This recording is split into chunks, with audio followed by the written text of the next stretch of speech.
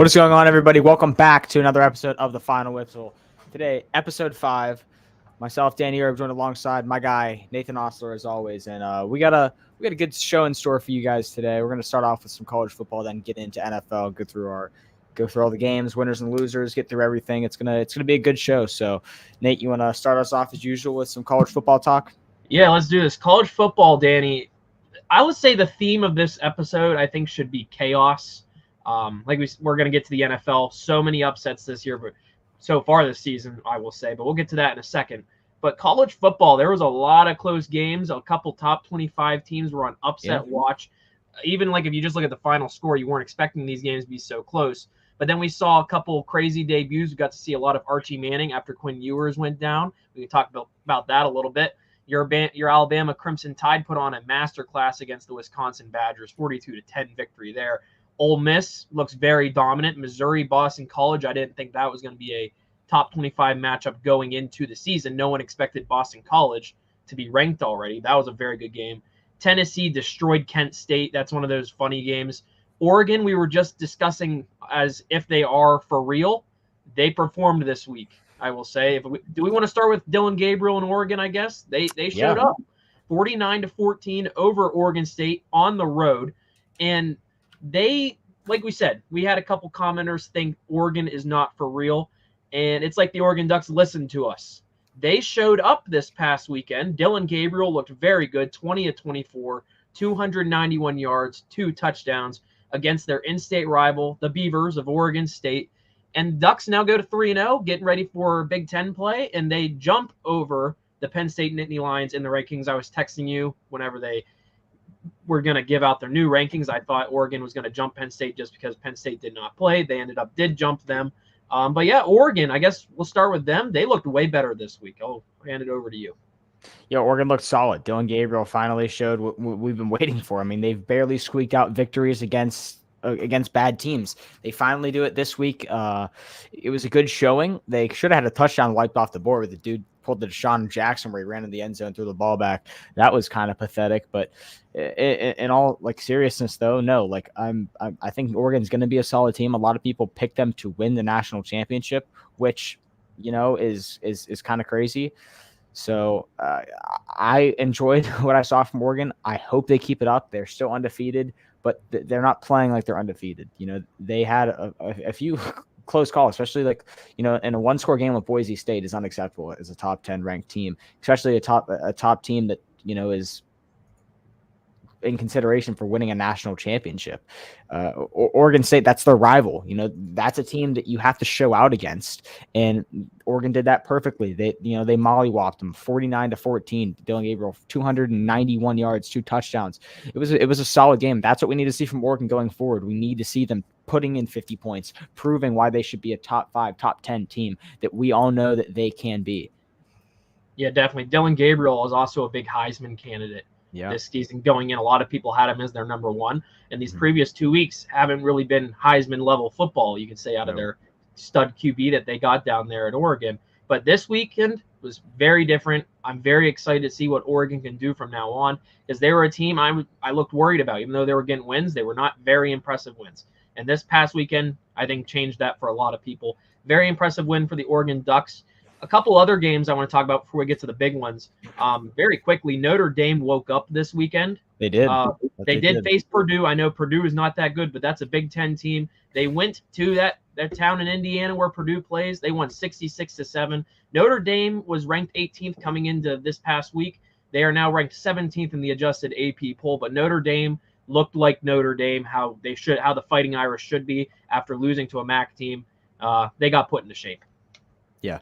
I want to get your thoughts on this game. I think we're going to get into it, but I do really want to do that because this is a game I watched pretty thoroughly.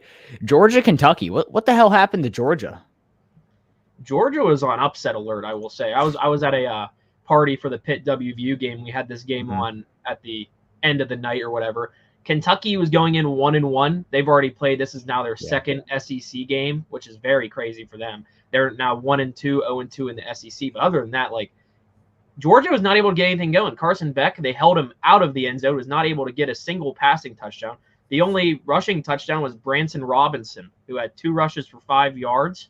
So they were able to hold, like, Trevor Etienne went silent in the end zone. He had 79 rushing yards, but they kept him out of the end zone. That's one of their big rushing targets. Carson Beck, like I said, 15 of 24, 160 yards. He outplayed Brock Vandegrift of Kentucky, but Kentucky was just able to stay in the game based off of their defense, and they were able to keep grinding at the Georgia defense to get down the field. They only got a field goal a quarter, but at the same time, Kentucky, although they lost, I think they looked very impressive, and they're going to be a tough beat in the SEC. Like we've seen out of Kentucky for years now, is they've been, I think, on the come up, the Kentucky Wildcats. They've been a team in the SEC that haven't been as popular for a lot of, like, experts and analysts to pick them, but Kentucky this season and the previous years have looked very good against top teams, and they gave Georgia a run for their money. And like when I was texting you during that game, I said after that performance, Georgia should at least be not number one. And like we see this week, Texas went up to number one.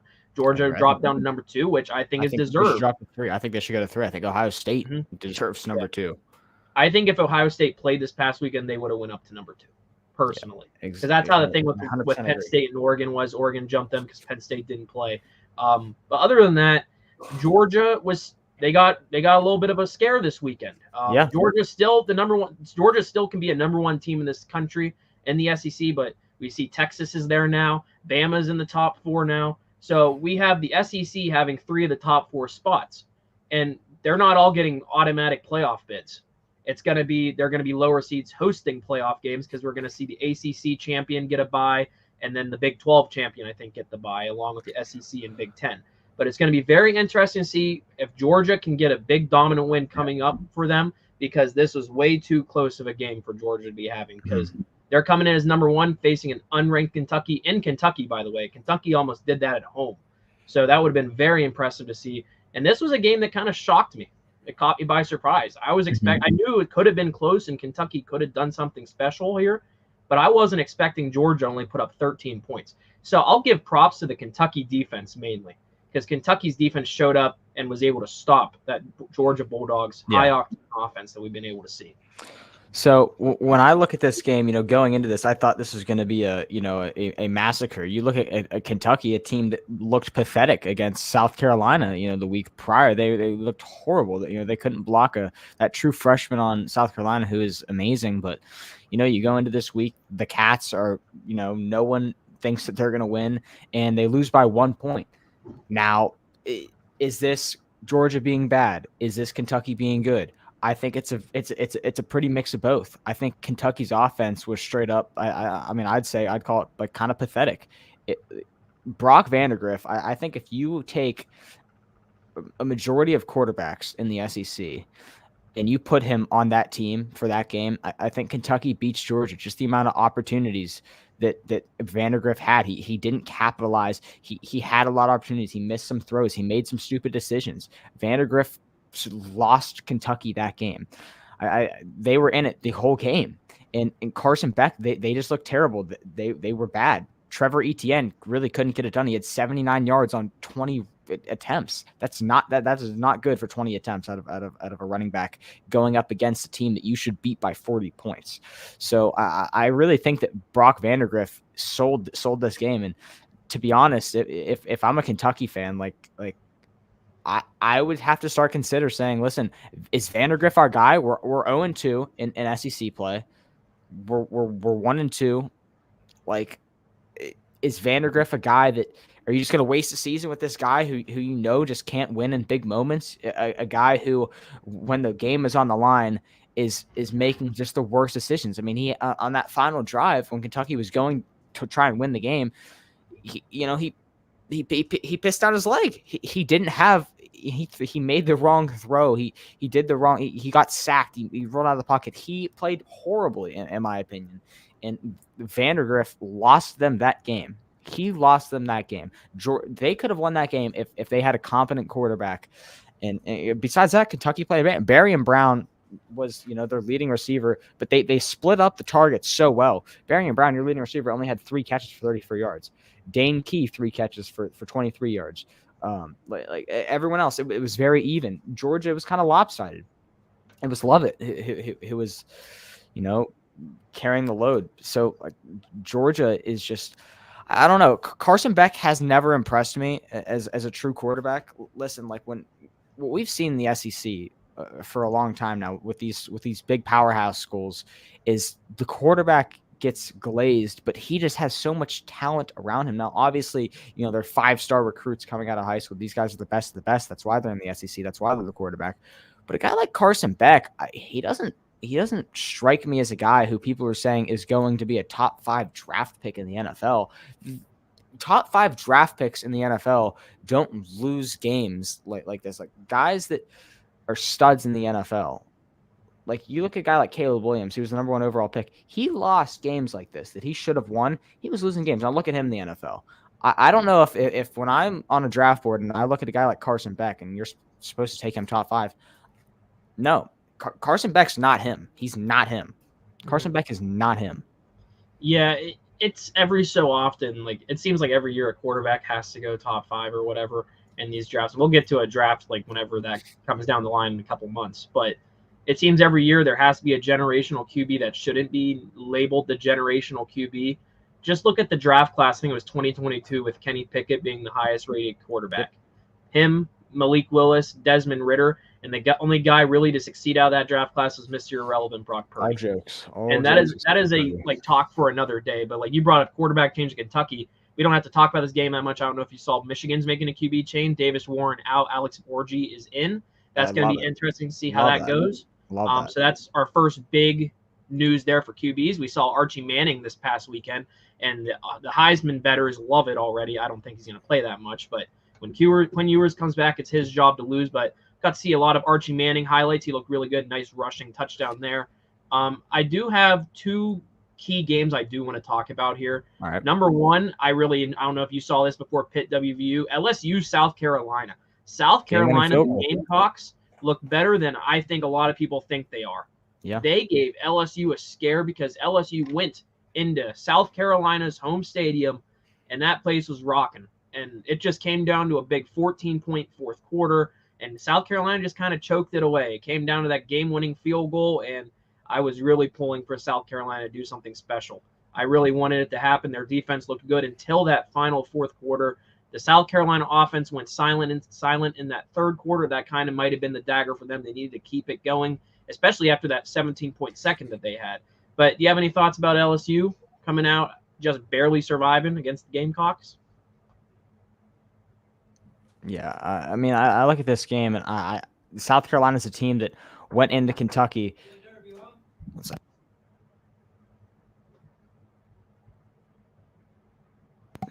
Roommates. Banging on my door and stuff.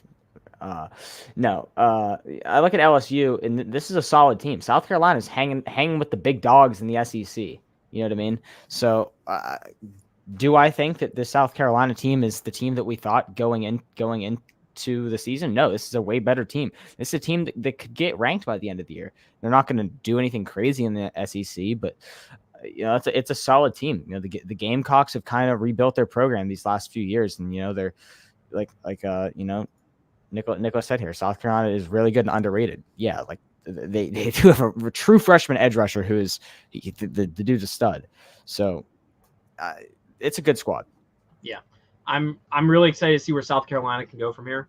I'm not really worried about LSU. I think they're in that middle of the pack trying to get into the playoff. I think they're going to end up in the playoff at the end of it.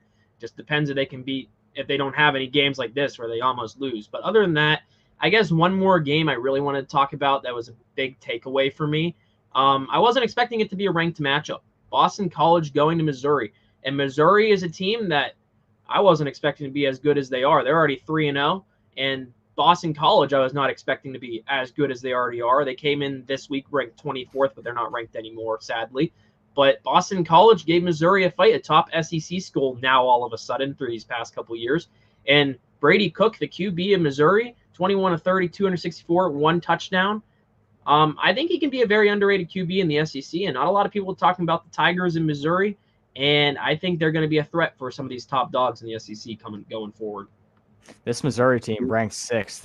It's fitting, and you would have told me a few years ago that Missouri eventually would be ranked top 10, maybe be talking about top 5. I'd be like, dude, Missouri is never going to have ballers. There's just it's a program that no one who's going to go to Missouri that's good and it's a baller.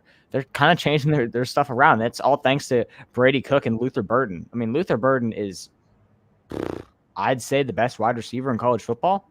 Is 6 for 117. Is that outlandish? Yeah, 6 for 117, a touchdown.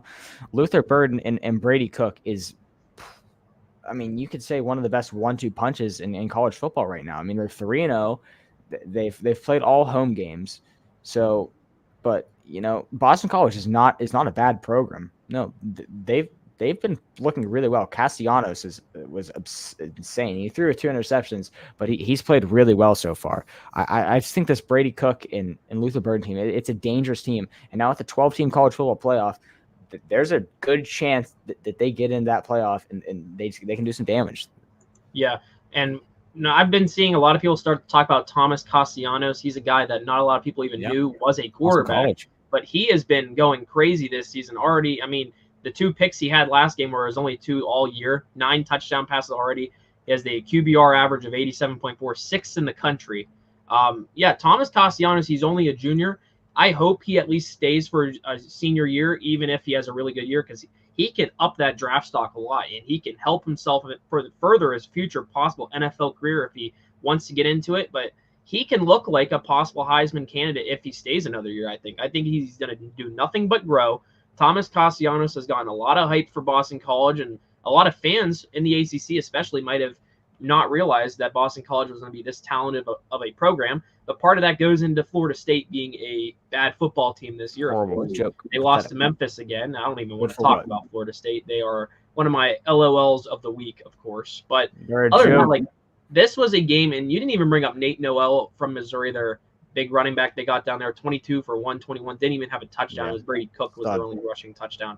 And he's another key piece of that offense. But the Missouri Tigers, they look like they could be a threat to maybe be a sneaky dark horse for the college football playoff, especially, and give a team that would they're going to be one of the host teams, I would think.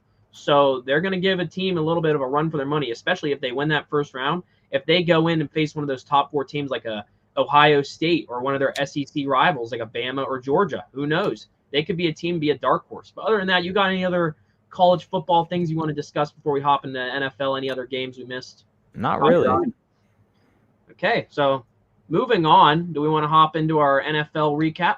Sure. Game by game. While you pull up the ticker we made, we started a ticker here with scores and stuff. This was the week of chaos. Upsets everywhere. We saw last night the Eagles lose in the final minute to the Falcons. We saw the Ravens lose to the Raiders in Baltimore, by the way. And we saw the 49ers lose to the Minnesota Vikings, who I was not even high on at all. And then we saw the Niners lost Deebo Samuel again. McCaffrey is on the IR. Isaiah Pacheco's out with an injury for the Kansas City Chiefs. Kareem Hunt just got signed, by the way, to the Chiefs practice squad. And just before we go on for our live stream, I literally told you 33 seconds ago, Tua has been placed on the IR. It looks like Tyler Huntley might be their guy in Miami, and they don't want to get a better QB out of free agency. So we have a lot to talk about. Do we want to do some of that news first, or just go game by game and then get to it as we go? Yeah, I mean, we can get into some of the news, but I've never in recent years seen a week like this where so many stars are just dropping like flies. I mean, in the past 2 weeks, the Los Angeles Rams have gone from people were thinking they're contenders to them being a borderline just joke of a team now because they have no receivers. They're going to have me and you in the slot. They're cooked. They don't have Puka. Now Cooper Kupp's going to miss a few weeks. I mean, Kyron Williams is about to get fed like a horse, I'll tell you what. And so Tyler Johnson's going to get a lot of targets. But, yeah, I mean, I've never seen players drop like flies in the NFL. And people are going to say it's a bad look for the NFL. Oh, what are we going to do to make this league safer? This is just football. This is sports.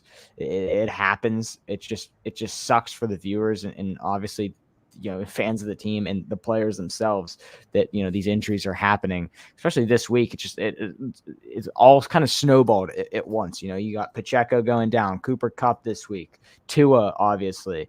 and some other guys. Debo's down.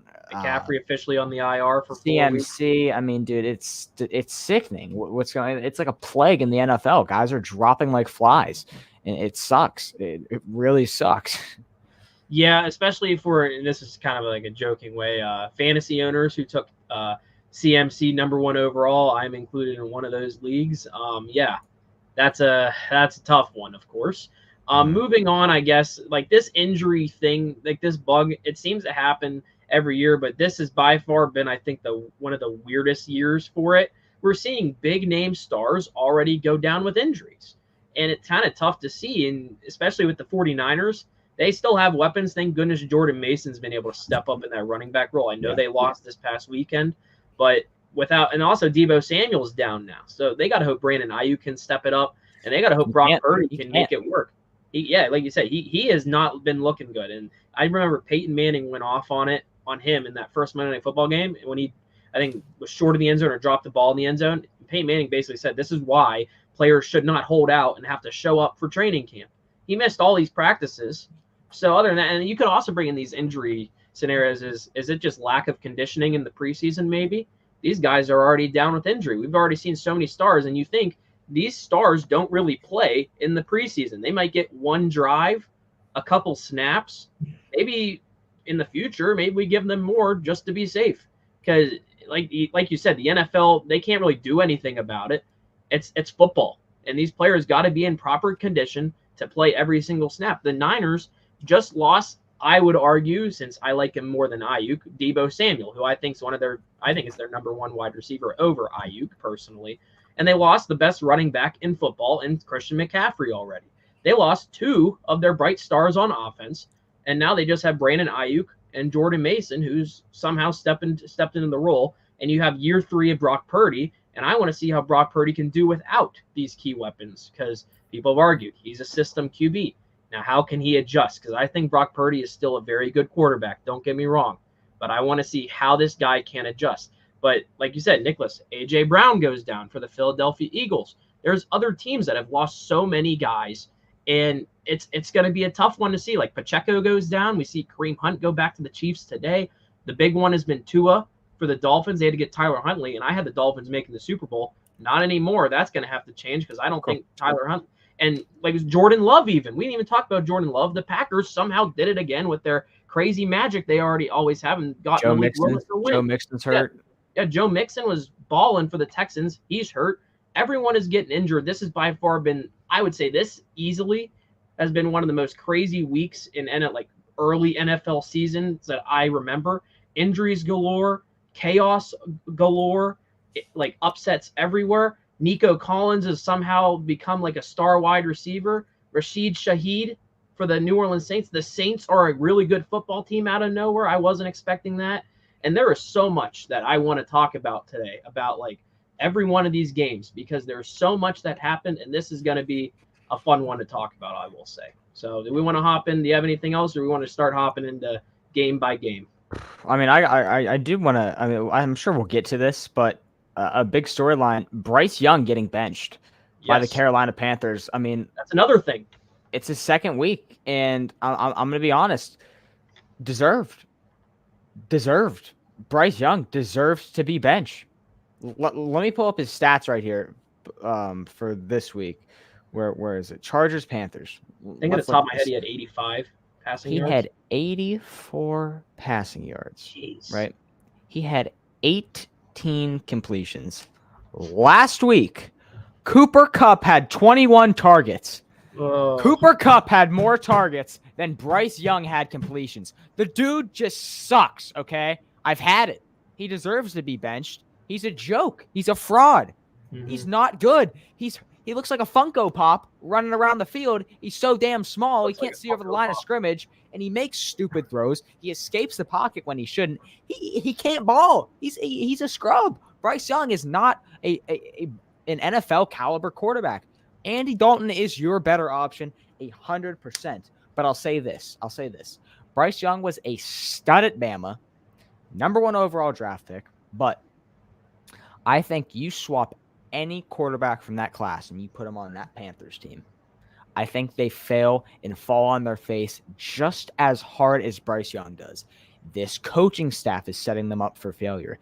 This offensive line is setting them up for failure. The receiving core setting up for failure. The running back room, the coaching staff. Bryce Young has a 0.0000 chance to succeed in the NFL if he is on the Carolina Panthers. There is nothing for him. He's out there playing with bums. I mean, Deontay Johnson and Adam Thielen are your best weapons. That's horrible. Chuba Hubbard is not a starting NFL running back.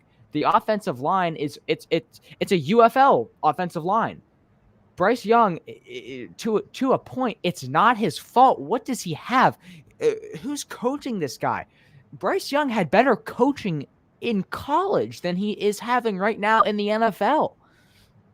And sure, he sucks and he's terrible, and he is just 84 passing yards. But at the same time, I have a thought that goes back into my head. What if he was drafted to another team that cared? Would we see the different Bryce Young? Would he have fallen on his face this hard? I'm going to be honest. I don't think so. I'm going to ask you this question. Right now, you take Bryce Young and Brock Purdy and you swap them. Last year, did the Niners have all that success?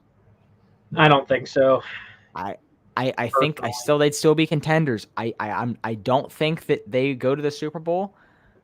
But I think you put Brock Purdy in the Carolina Panthers offense, he would have been gone by week 4 last year. I mean, the thing about Bryce Young, not to cut you off, I don't like it all that. He just looks scared a lot. He looks horrified. And you know why? You know why he looks horrified? Because when he takes a snap, he has less than a second until he's got a 6'7" dude chasing them down, about to send him to the damn shadow realm. He doesn't have he has nothing. He takes a snap and he has to run for his life. But it's not even like Bryce Young has shown flashes of success. You know what I mean? It'd be a totally different story. What I'm trying to get at is Bryce Young is in a horrible situation, but he hasn't even shown a flash of, well, if I was on the Niners, if I was on a team that has crazy weapons, would I be good? I really don't think so. I think that this dude just flat out sucks. Bryce Young sucks at football. Yeah, since we're already here, I'll add this, and I guess we can just break down Chargers-Panthers to get into it. I saw a good point someone made online, I think it was on Twitter, during like all these games in the 1 o'clock hour. Like Sam Darnold was balling for the Vikings right now. Baker Mayfield's going crazy with the Bucs. Both those guys were on the Panthers and were not good with the Carolina Panthers. And I think they had worse weapons than what Bryce Young has, personally. They didn't have Thielen, I'm not pretty sure. Maybe Baker had him for a little bit. They didn't have a Deontay Johnson, who is not the best wide receiver, but it's better than what they had. They did not have the best running back room. They still had the same O-line, but when both of those quarterbacks left, they're both kind of finding something. Baker Mayfield more so than Sam Darnold right now. But I'm very curious to see what they do with Bryce Young. They're not going to get rid of him. I don't think so. They're still going to. You've got to. I don't think they're getting rid of him. They still. Who's their number 2? It's just Andy Dalton and him. Andy Dalton. Yeah, you got to keep Bryce Young at that point, I think. He's not a good quarterback right now. He's kind of not. He's been garbage. And I'll ask you this before we get into the recap. That year, the big thing was Tepper, their owner, wanted Bryce Young. But there was a whole thing saying their coaching staff wanted C.J. Stroud. They wanted C.J. to be that QB. Do you think if C.J. Stroud is on the Carolina Panthers today, he would have won the Rookie of the Year last year with the Panthers? 0%. No. Do you think C.J. Stroud is as good? Do you think C.J. Stroud has success? No. And let's not act like the situation that C.J. Stroud was brought into was, all fun and games. No, C.J. Stroud was brought into a pathetic Houston Texans offense with guys as receivers that nobody thought were going to be competent. No one thought Tank Dell was going to have a good year. No one thought Nico Collins would end up being one of the best receivers in that division. Nobody thought that team would be close to competent and be making a playoff appearance. Nobody in their right mind. So do I think that CJ Stroud would lead the Carolina Panthers to that type of success that Houston had? No. Would he be as bad as Bryce Young? Absolutely not. The Carolina Panthers won one game last year, 1 or 2 games last year. They would have won probably four maybe. Four games, four maybe 5 with CJ Stroud. He's just a better passer. He's has better football IQ. He's just a better quarterback flat out. And you switch these two, I think Bryce Young has a way better situation in Houston going into that, just because of the offensive line and some of the coaching staff is it's a coaching carousel in Carolina that it's been. I mean, this guy's probably going to get fired this year or next year. They're so bad. And you got to have a guy. You look at the Lions, for example. This is a franchise who was the laughing stock of the NFL for the last it was them and the Browns were the biggest joke of the NFL for the last 20 years. You bring a guy in, you new coaches. Then you bring a guy in like Dan Campbell, who sets the precedent of a team, who rallies guys behind him. I don't see that in a coaching staff in Carolina. You need to have a coach that genuinely cares and wants to make a change and will do whatever it takes. Dan Campbell is that example. Bring a guy in like Dan Campbell if you really want change. And I don't think Carolina really deep down cares. They don't care enough. Care enough. I'll say this. I know Nevin just said he hopes Bryce gets traded. I was thinking about this yesterday during the games. When I saw the news Bryce Young got benched yesterday, of course, I was thinking he's kind of pulling a reverse Trey Lance career. Trey Lance never got to really start with the Niners because he got hurt. But now they got rid of Trey Lance, and now he's a bench player, that is. I think Bryce Young is looking like a career number 2, number 3 type of guy. That's kind of the route Kenny Pickett's even going on right now with the Eagles after leaving the Steelers. It didn't work out. So I still want to believe in Bryce Young. I get the hype.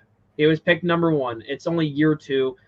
If it hasn't worked out for the Panthers, I think it can work out somewhere else, but I think he needs to work his way back up into that starting role. And I'll say this about the Panthers especially.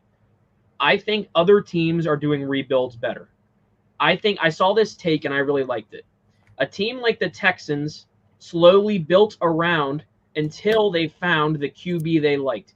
You don't have to, every year when you're starting a rebuild, have to go straight for the top QB. You have to do as much scouting as you can. Other teams have made it work. The Jaguars slowly started rebuilding until they found the QB that they liked, being Trevor Lawrence. And now the Jaguars are just kind of there. They're hovering. They're staying relevant. The Panthers, I think, have done this completely wrong. They clearly have. They didn't give a QB the proper weapons that they had. They've been kind of in the limbo of they thought Bryce Young was going to be this guy to just save the franchise. But other than that, I don't know, what they can do about it. But, rebuilding in this league needs to change, clearly. Because teams everywhere are just thinking, we got to get the QB, and then we're saved. QB, and then we're saved. It's not like that sometimes. You have to build the O-line first for a QB to be able to work. The Chicago Bears, will get to them in a little bit. They slowly built the offense and the defense before finding that star quarterback. They build everything else before getting that star QB because you have to find the perfect fit. That's my final little take about the QB situation with the Panthers. And I guess we'll get into the game really quick to start our little scoreboard update. But like I said, rebuilds, important. Not a lot of teams do it right. And the Panthers, they're doing it completely wrong. But the Panthers are 0-2. They start 26-3. I guess we'll just start with 16. They'll be 0-16. Yeah. We'll just start with this game very quickly because we're kind of ranting about it. Herbert looked okay. Only 130 yards. He didn't have to do much. You're playing the Panthers. I guess he could have held back. They're now 2-0 under Jim Harbaugh. They're trusting the running game. J.K. Dobbins, it's a Michigan-style offense. They're not going to pass it as much. J.K. Dobbins, another 100-yard game, 131. This was a guy I was not expecting to go out the gates running like he is. Gus Edwards, 18 for 59. But J.K. Dobbins had another 43-yard run. And this was and we hate him a lot and we joke about him. this might have been the best game of Quentin Johnson's career. 2 touchdowns, Yeah. 5 receptions, 2 touchdowns, 51 yards on 6 targets. He had a 29-yard catch too. I think that might have been one of his touchdowns. We're looking at the scoreboard here on the box score sheet. This was by far Quentin Johnson's best game, I think, in his NFL short career so far. And he's a guy a lot of people were saying he might be a bust. But at the same time, he looked good this week, and I hope it's nothing but up for him. They need him to be good. They can't just rely on Will Dissly and Ladd McConkey to be their guys. They need Quentin Johnson to step up for the Chargers to at least have a chance, because the teams they have faced, I know they haven't been that good. They have not been able to stop that running game. And they're going to be tested, of course, this coming week against the Steelers. We'll get to that on Friday with their running defense. But J.K. Dobbins has looked very good. They just took the 2 former Ravens running backs and turned them into L.A. Chargers, and it's worked so far. And I think it's that Harbaugh Michigan offense. He's implanting his college scheme into the NFL, and it's worked so far. It's worked. Old school rushing football. It's old school, and I like it. I really do. I think Herbert was not expecting to be 2-0 right now, personally. Yeah. I think he was kind of worried when they didn't get a Rome Odunze and they picked Joe Alt first, but I think Joe Alt, like I praised him last week. I think he's key to Herbert. He only took 1 sack, by the way. He lost no yards on his sack. But part of that O-line with Joe Alt, they have improved the running game greatly. You're getting 131 out of your number 1, 59 out of your number 2. Your quarterback's rushing for 18. Then you have Hassan Haskins, your third-string running back, getting 11 yards on 3 rushes. I think the Chargers' running game right now is one of the best in football. We've seen through 2 weeks easily, and they've surprised me. Mm-hmm. Yeah, I mean, you kind of stole the words right out of my mouth. When I look at the Chargers and I shut my eyes and I compare these 2 teams, this is the 2023 Michigan Wolverines to a T. J.K. Dobbins, undersized running back. Blake Corum runs they're running him just like Blake Corum, 17 carries, 131 yards. Him and Gus Edwards ran to all hell. They both had Gus Edwards had 18 carries himself. I mean, they are getting run to the core. Justin Herbert, 130 yards. We never saw Michigan, J.J. McCarthy, go crazy and throw for like 200 yards. Nope. Never. This Chargers offensive line has been built pretty well, and Quentin Johnson is the clear number 1 in Los Angeles. So Quentin Johnson is your Roman Wilson. J.K. Dobbins is your Blake Corum, and Justin Herbert is your J.J. McCarthy. This is a spitting image of the 2023 Michigan Wolverines. And if it ain't broke, don't fix it. You know what I mean? Yeah. You don't have Connor Stallions now to steal your signs, but hey, it's still working. So yeah. I'm very impressed with this 2-0 Chargers team. I think they've impressed me a lot. I thought this was going to be a team that was going to finish last in this division. Possibly I thought it was going to be a joke, this team, and they've shocked me, and I'm all in. I'm bought in on this Chargers team with Harbaugh, and I think that right there, Harbaugh coming in, proves that a coach matters just so much in the NFL. It just matters so much. On the other side, you have a just pathetic coaching matchup, and Harbaugh is just a tremendous coach, and I'm very happy that he's turning this Chargers team around.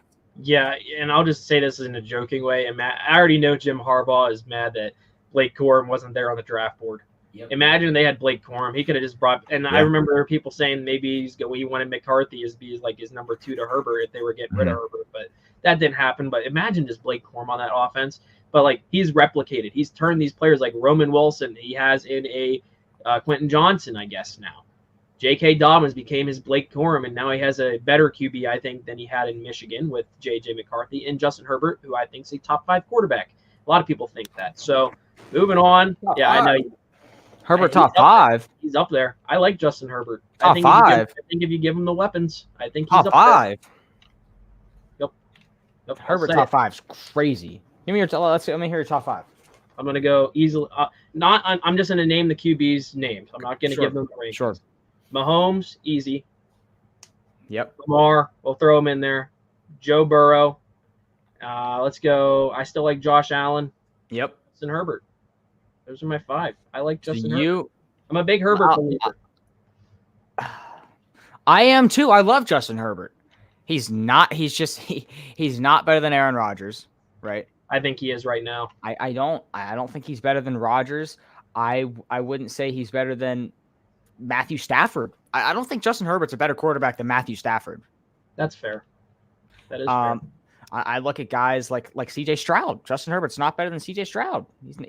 He's not better than CJ Stroud. Now this is I like this. I like that take. I like what Nicholas said. Yeah. I think we're going to get to that when we talk about the Bengals. Let's get into it now and then go right to the Bengals. We want to jump to the Bengals. So that Chargers are 2-0. So perfectly fine. I am perfectly fine with saying Joe Burrow is not. I'm fine with saying he's not top 5. Look at quarterbacks this season. He has not been top 5 this season. Matthew Stafford has been a way better quarterback than Joe Burrow this season. Jared Goff has been better than Joe Burrow this season. Kyler Murray has been undisputably better than Joe Burrow this season. Joe Burrow hasn't done anything. I mean, he's 0-2. Sure, you can start off slow. CJ Stroud is better than Joe Burrow right now. I'd say Jalen Hurts is better than Joe Burrow right now. Kyler Murray better than Joe Burrow right now. Matthew Stafford. I'll take. I don't think I can take Herbert over Burrow yet. Very similar. Rodgers is better. You're taking this season's Derek Carr? So far, yeah. So far you have to. So far, Derek Carr's an MVP candidate. The dude's balling. I mean, right now, if you have a quarterback tier list, obviously I'm taking Lamar and Allen over Burrow easily. Mahomes. I mean, a healthy Tua Tagovailoa, straight up a healthy Tua. You know what? I'm taking a healthy Tua with this QB tier list. I'm taking a healthy Tua. I say we do a QB tier list on Friday just so we can save some time here. Sure. I think we add that to Friday's content for everyone. I think that could be a cause for debate. But Chiefs Bengals. Here's what I want to say first of all. Yep. Yeah, you know what? I like what Dakota says there. Derek Carr and Baker Mayfield MVP candidates after week 2. It's chaos. I love it. I have a couple right now. I have a couple. Burrow's terrible things, right now. I have a couple things I want to talk about, especially with Chiefs Bengals. I want to talk about that PI at the end of the game because I've been seeing so many fans say it's not PI. It's only because it's the Chiefs. The guy jumped on his back, Danny. He jumped on his back. It's PI. It's PI. Clear as day. Yeah, I understand that they are the Kansas City Chiefs. They're a good football team. They make it work. They don't get all the calls. I just went off on a couple with my buddies over the weekend or talking about this. This has been by far one of the weirdest starts to the NFL season where I've seen fans complain the most about refs. It's every game. It could be Panthers, Chargers. People are complaining about the refs. What do you want them to do? Not call stuff?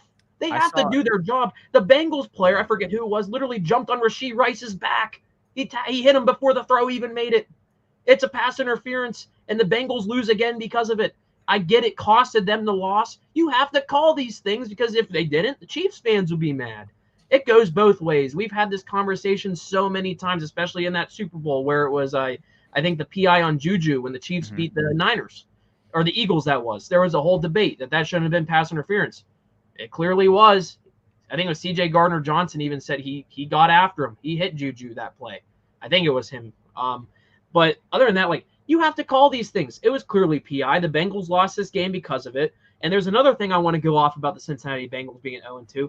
Jamar Chase is gone. He's gone after this year. He was having a hit. Did you see the hissy fit he was having after the one call during the game? He was not happy about it. Jamar Chase is out of Cincinnati. It's over. He held out too long. T. Higgins is still out. He's doubtful, but he was holding out. The Bengals are about to lose, in my opinion, their best wide receiver because, A, he's in the contract scenarios. He's ready to be a free agent, and they got to pay him. But the way he's played these first 2 weeks, he's not worth as much as what he wants. And he's clearly going to leave. He wants out of Cincinnati, Ohio. I think it's happening. That's number 2 I want to go after there. Number 3, just out of fun, what's going on with Travis Kelce? Are the Chiefs not using him anymore or something? Is he just there? He had 1.6 fantasy points this past week for a lot of people. The big joke of the week for them. But the Chiefs pull it out. They get the victory. But like I said, I want to hear we already went off about players holding off a couple episodes ago. Jamar Chase, I want to hear what your insight is. I think he's gone after. I think he might be traded if the Bengals are out of it.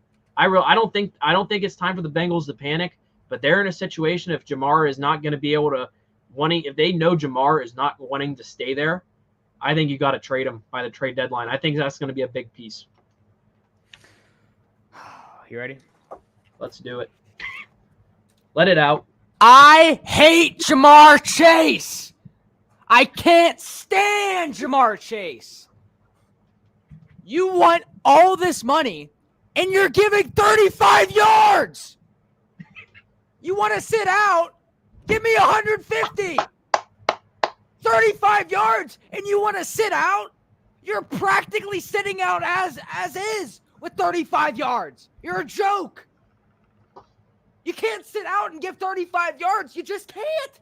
You can't. You have to be top 5. You have to be top 5. Right now, Jamar Chase is not top 5. Justin Jefferson, Tyreek Hill, AJ Brown's better, CeeDee Lamb's better, Devontae Adams is better, DK Metcalf has been better. I'm with you. And then he wants to say this. Did you see what he said after the game? I could blow a fuse. I mean, I already did. Look at this. Let me pull it up. I agree with Nicholas. Amon-Ra's better. Can't forget. I forgot to name Amon-Ra Brown. Way better. Jamar Chase is facing a fine because his comments after the game. He ripped on the referees. Yep, buddy. Jamar, it's not the referee's fault that you could have had a first down, but then you got an unsportsmanlike conduct penalty and you kicked the Bengals out of field goal range. That could have sealed the game. That could have sealed the game. No, you think you're this big bad wolf. Guess what, Jamar Chase? You cost your team the game, not only because you're a bonehead and you made the stupid decision on getting that penalty, because you had 30-some yards and you're playing terribly and you want to hold out. And you want to hold out. I'll tell you, I'm just sick of it. I'm just sick of it. And then he wants to bash everyone. It's not Jamar Chase's fault. It's not the official's fault, Jamar. Let me tell you like this. Is it the official's fault that you had 35 yards, Jamar?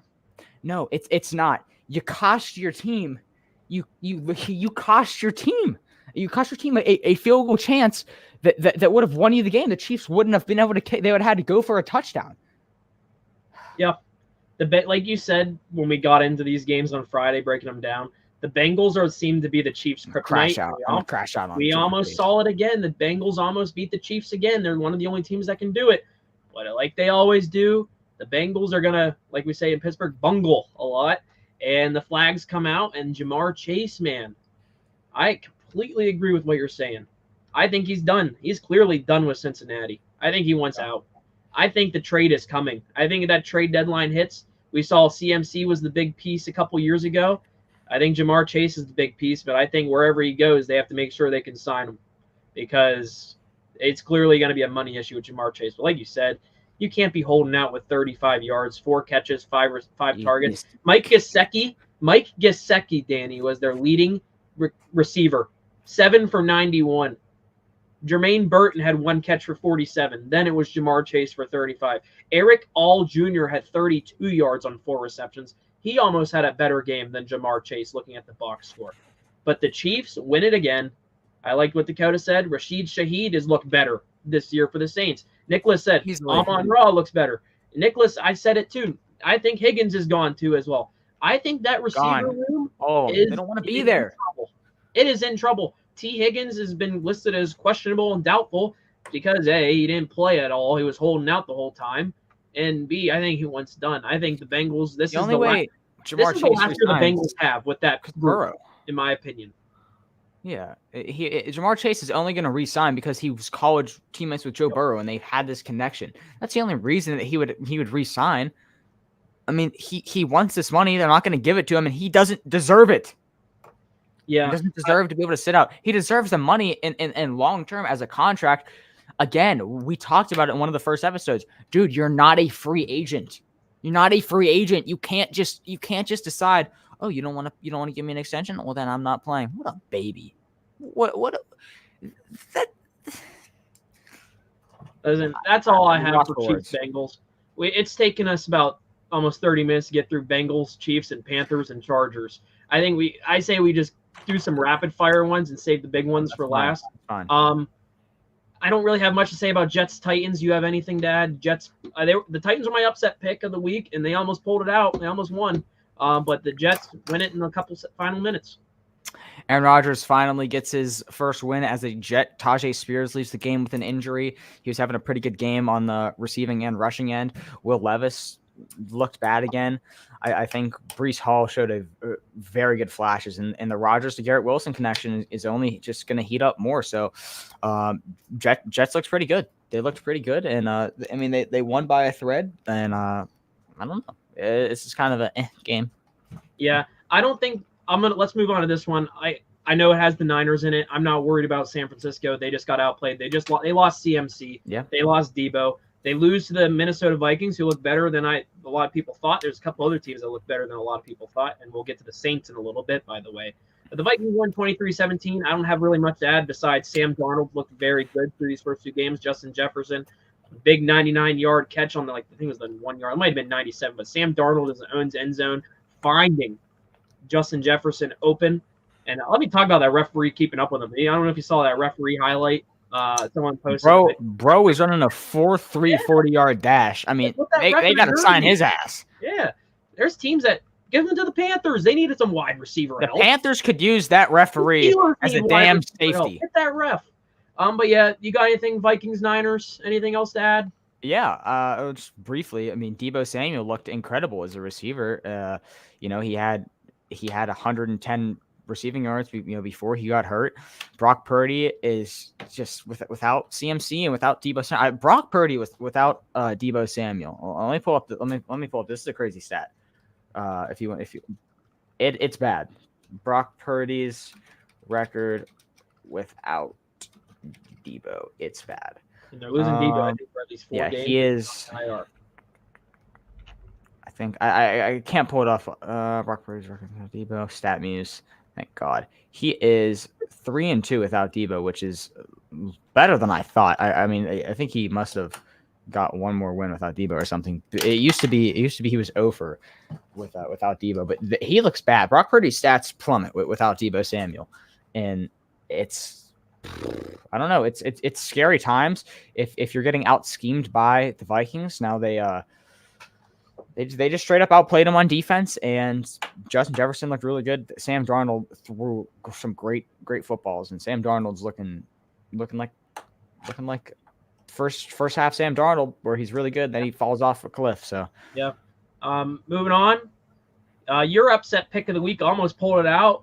Patriots losing OT to the Seahawks 23-20. Jason Myers game-winning field goal in OT. Anything to add? I don't really have much. I guess if I had one thing, not to cut you off, Patriots are performing. They're better than what people thought. They're having good games. When are we going to see Drake May? Is my question. Yeah. I mean, Jacoby Brissett is doing fine, but now you're 1-1, and you took a rookie and with your first pick. Why not show him right now? I look at the Seahawks team. This is again a team I was very high on, and I still am. They didn't have Kenneth Walker, who in my opinion is the second best player on this team. DK Metcalf looked unbelievable, and this is a guy who I'm the biggest DK fan. I love DK. 130 yards. Him and Jackson Smith and Jigba were cracked. JSN had 12 catches for 117 yards, no touchdowns. But if that receiving core, because it's a damn good receiving core with DK, JSN, and Tyler Lockett, that's a really good 1-2-3 punch combo. It's going to be a dangerous offense. I said at the beginning, this is a playoff team. This is a playoff Seattle team.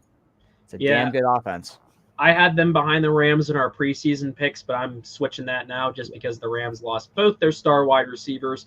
I don't know how much longer Cooper Kupp's going to be out, but they lost Nakua. At least he's on the IR. And, yeah, they're going to need Kyron Williams bad. But Lockett, Metcalf, Smith, and Jigba, that's a good core they got there. Nice wide receiver group they have.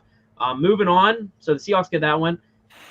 Very brief. I kind of want to talk about this one a little bit. So I guess let's do it. Commanders-Giants, 21-18. Man, I like to diss on the Giants so much. They're my easy pickings. If I was a team, if I was a school bully, and I don't condone bullying everyone, but if I was a school bully, this is the guy I'm picking on, the New York Giants. And you know what's funny? I've been saying this so many times today, just thinking about what I want to say. Mm-hmm. Daniel Jones wasn't even bad this week, and it shocks me. He did not look like Daniel Jones we know and love. He only threw for 178, 2 touchdowns. He didn't turn over the ball. He only got sacked once. The loss is the defense. It's the defense. Malik Neighbors, Nicholas said, he looks very good. 10 for 127, had a touchdown. They lost the field goals. The Giants were able to find the end zone. They just lost the field goals. The kicker for the Commanders, let's look up his name because I forget at the top of my head. Let's see here. Austin Siebert, 7 for 7. He's going to win Special Teams Player of the Week in the NFC, I would hope. 21-18 is the final there. And like I said about the Giants, I like to bully them so much. This provides more content for people to make fun of them because they are a team that is just bad. They rely on Daniel Jones to be the guy. And, like I said, Daniel Jones wasn't even bad this week, Danny, and I can't believe I'm saying that. When I was looking at the stats, seeing how this game went, I was like, Daniel Jones didn't look bad. He didn't look bad at all if you're just looking at the box score. Like, what happened this week with the Giants? Jaden Daniels was not able to find the end zone himself. It was just field goals. They lost to a kicker the whole time. Chris Boswell of the Pittsburgh Steelers, I don't know if you saw it, has outscored the New York Giants thing 25-24 this year. The Giants are just a joke of a football team. And like I said, Jones wasn't even bad this week. So it's just funny. It's funny to talk about. I don't know if you have anything to add here, but that's what I thought. Malik Neighbors, I think, is a straight up stud. I know Nicholas just said that 10 catches for 130 yards in a tud. I mean, the dude reminds me a lot of. I mean, I guess it's just because he's on the Giants. Odell when he came into the league. I mean, Odell just was getting fed targets and was great run after the catch. I mean, Neighbors is a stud. I'm also just so keen on Jaden Daniels. The dude is so good. Jaden Daniels is so good. 226 yards, and he had 44 rushing yards, which was amazing as well. Brian Robinson Jr. had a great game. 17 carries for 133 yards. This Commanders team is it's not a joke anymore. They are a few receivers away from being a good team. Terry McLaurin just hasn't shown up this year at all. Terry McLaurin's been straight up bad this year. McLaurin 6 catches for 22 yards. That's kind of unacceptable. 6 catches for 22 yards, and his longest catch was a 12-yard pass. So 5 catches. You take away that one 12-yard catch, you have 5 catches for 10 yards. Yeah. The hell, you know what I mean? Like that is those are bad numbers. You're getting the targets, but you're not getting it done. I'm a big scary Terry guy. I like Terry McLaurin, but he has not been looking that good so far. Moving on. So that game was a game. The Giants are still going to be a bad football team. A guy I'm really high on, I know they lost. I really like Brian Thomas Jr. on the Jaguars. He's looked very good. The Jaguars lose to Cleveland. That was the guy to watch out for. Yeah, this was a much better looking Cleveland defense this week. I will say Deshaun Watson still looked like Deshaun Watson. Didn't turn over the ball. I think like Trevor Lawrence did not have the greatest game he could ever have. Did not have a lot of time in the pocket. He was sacked 4 times. Lost 24 yards in those sacks. 14 of 30, 220 passing yards compared to Deshaun Watson's 22 of 34, 186. Travis Etienne, 13-52, a touchdown, but Brian Thomas Jr., 2 for 94 on 4 targets, longest of 66, no touchdowns. The Browns defense, I think, basically was what won this game. They had, I think, 1 offensive touchdown, and that was a Deshaun Watson rushing touchdown. Their defense gave them this win. The Jaguars' offense, they lost to a walk-off field goal against Miami, and they played a really good Browns defense. The Jaguars, I don't think, are in panic mode, but they need to get it done quick because I think the Jaguars' schedule coming up, they got the Bills and Texans and Colts 3 in a row, and then they go Bears, Patriots, Packers. So I guess there's a little bit of break there, but they have some tough games coming up. Jaguars got to get it figured out ASAP because they lost to the Dolphins. They kept it close, and I think they should have beat the Cleveland Browns the way the Browns looked last week. But we all know the Browns are going to wake up. They have a better defense than what they looked like against Dallas. But the Jaguars need to wake up, and I'm worried about the Jaguars a little bit. Like I said, I don't think they're in panic mode, but I think their fans are in panic mode because they see the schedule coming up. They know what they are capable of. And like I said, I really like Brian Thomas Jr., sneaky Rookie of the Year candidate right now. Way he's been looking on 2 catches, 94 yards. That's insane. 66-yard gain.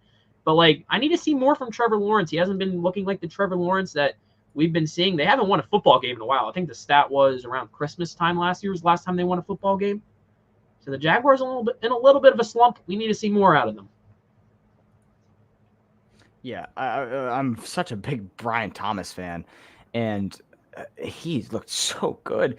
And I think if this Trevor Lawrence and his connection can shape up, and you get ETN more involved, this is a team that's gonna do some damage. But they've got a tough schedule going up now. These are some big games that they fell short of. They should beat the Browns, I think, easily, and they fall short. And it's a bad loss. Mm-hmm. Yeah, I guess we'll move on there. So the Jaguars are 0-2, Browns 1-1. Like I said, the Jaguars have a tough schedule coming up. Bills, Texans, Colts, 3 in a row. And we'll move on, though. A team that was upset, and I think it's just funny how it happened. The Raiders went into Baltimore, and the Ravens, that everyone thought could have been undefeated for a while, they could have beat the Chiefs. The Ravens have lost back-to-back weeks in the final minutes, the final plays of ball games. They lose to the Las Vegas Raiders, who probably should have been 0-2 coming into today's episode, 26-23. Gardner Minshew with a rally with 3 fourth-quarter scoring drives. The Ravens' defense sold. Their punter sold at the end of the game. Very bad punt. But, yeah, the Raiders made it happen. Gardner Minshew, 30 of 38, 276 yards, a touchdown and a pick. This guy was sacked 5 times for a loss of 43 yards. His O-line didn't help him that much, but 30 of 38 against this Ravens defense, man. He outplayed Lamar. Lamar, 21 of 34, 247, a touchdown and a pick. Who knew Gardner Minshew would outplay Lamar Jackson? So, yeah. How about the Raiders? Yeah, the Raiders looked solid. I think it's fair to say that this is a team that shocked a lot of people. Gardner Minshew, I've kind of always believed in Gardner Minshew, but, for him to go in and now the Baltimore Ravens they're 0-2. And we know this division, 0-2 in the AFC North is bad because you got to go to war. So it's going to be tough for the Ravens to bounce back. I mean, they don't have that hard of a schedule, but they got to play Pittsburgh twice. They got to play. What's coming up? What is? Cowboys away in Dallas. Loss. Home against the Bills. That's a win. That's a win. Home against the Bills. Away at Cincinnati, who they know Cincinnati. They always split. Ravens, Bengals. It's AFC North first matchup, so they got a tough schedule coming up. But yeah, Ravens, tough start. This was they needed this. These are the games that you have to win. And, like, especially with tiebreakers, like your AFC North rivals, like I know the Steelers are playing the Raiders and the Cowboys this year. It's going to come down to these tiebreakers, man. It is going to come down to those division and these games against teams you need to beat, like the Steelers, Broncos, and Falcons.